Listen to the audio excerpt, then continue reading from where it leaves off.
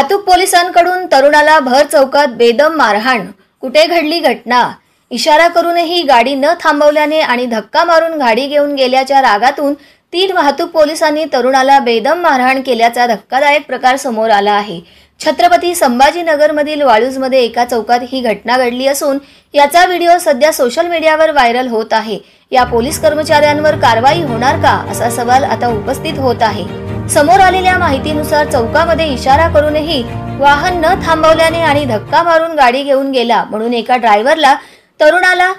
Driver तरुणाला 3 पोलिसांनी बेदम मारहाण केली। छत्रपती संभाजीनगरच्या वाळूजमध्ये ही धक्कादायक घटना घडली आहे। या मारहाणीचा व्हिडिओ सोशल मीडियावर व्हायरल होत आहे। त्यावरून पोलिसांवर संताप व्यक्त केला जात आहे।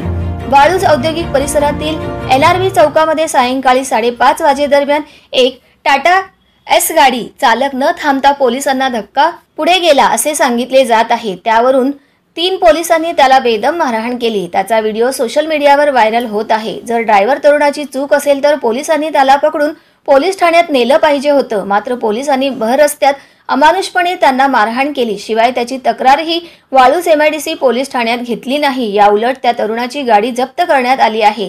या प्रकरणी पोलीस निरीक्षकांनीही कोणतीच प्रतिक्रिया न दिल्यास संताप व्यक्त केला जात